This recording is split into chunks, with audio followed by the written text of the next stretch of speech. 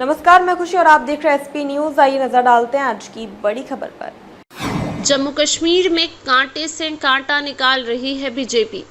केंद्र शासित प्रदेश जम्मू कश्मीर का पहला विधानसभा चुनाव है और 10 साल बाद हो रहा इस चुनाव में मुख्य मुकाबला बीजेपी और नेशनल कॉन्फ्रेंस प्लस कांग्रेस गठबंधन के बीच है। महबूबा मुफ्ती की पीडीपी लड़ाई में पिछड़ती दिख रही है, लेकिन सरकार बनाने में इनकी निर्दलीय और छोटे दलों की भूमिका अहम रहेगी।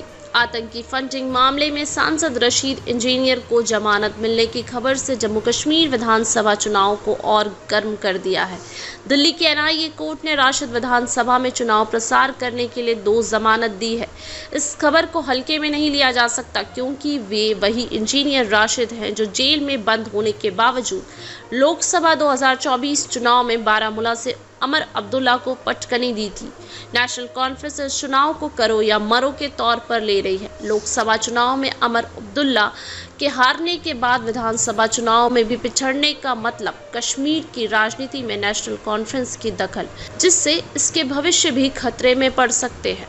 कुछ ऐसा ही हाल पूर्व मुख्यमंत्री महबूबा मुफ्ती का भी है। लोकसभा चुनाव में पीडीपी को एक भी सीट नहीं मिली और इस विधानसभा चुनाव में भी वो बीजेपी और नेशनल कॉन्फ्रेंस से पीछे दिख रही हैं। महबूबा ने तो इस बार अपनी बेटी इल्तिजा मुफ्ती को भी चुनावी मैदान में उतार दिया है। जाहिर है इस विधानसभा चुनाव में जम्मू कश्मीर के 2 प्रमुख परिवार की साख दांव पर है।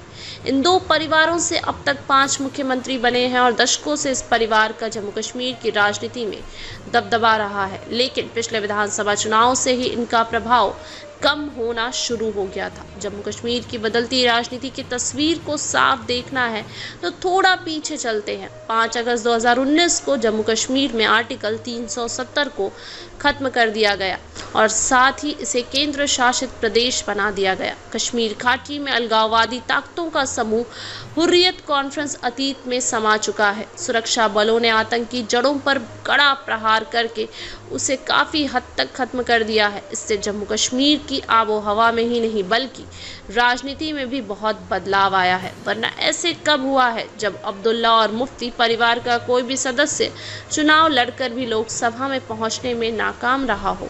लोकसभा चुनाव 2024 में अमर अब्दुल्ला के साथ ही महबूबा मुफ्ती को भी मुंह की खानी पड़ी थी। अनंतनाग राजौरी सीट से नेशनल कॉन्फ्रेंस के मियां अल्लाफ ने महबूबा को हराया था। लोकसभा चुनाव 2024 कई मायने में अहम था।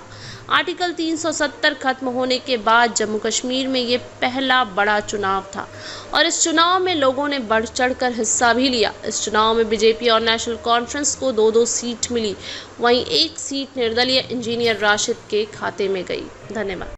खबरों में अब तक के लिए बस इतना ही। फिर होगी आपसे मुलाकात ऐसी एक और बड़ी खबर के साथ। अब तक के लिए नमस्कार और देखते रहिए एसपी न्यूज। ऐसे लेटेस्ट अपडेट्स के लिए हमारे चैनल को सब्सक्राइब करें और तुरंत नोटिफिकेशन पाने के लिए बेल आइकन प्रेस करना ना भूलें। यदि आप हमें फेसबुक के माध्यम से देख रहे हैं तो हमारे पेज को फॉलो जरूर करें। धन्यवाद।